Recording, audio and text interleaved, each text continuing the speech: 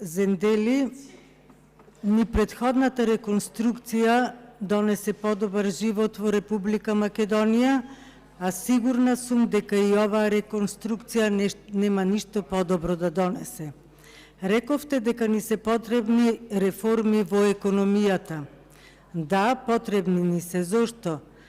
Затоа што премиерот Ковачевски објави дека платите пораснале за над 14%, без да пресмета стапката на инфлација, која е поголема од растот на платите, што всушност значи дека со сегашната плата може да се купат помалку работи од минатата година.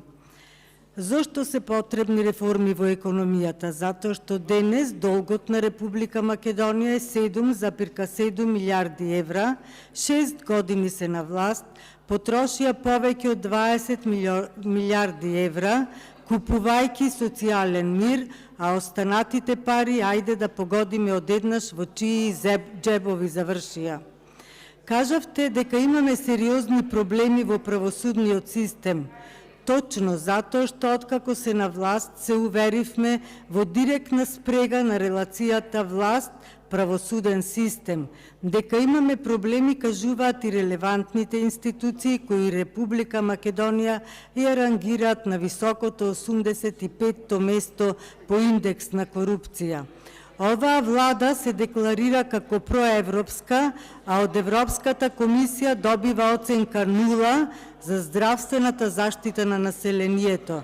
Замислете, во 21 век ни умираат луѓе од сепса, во 21 век нема вакцини, нема лекови за пациенти со цистична фиброза, нема лекови за пациенти со малигни заболувања, нема инсулин.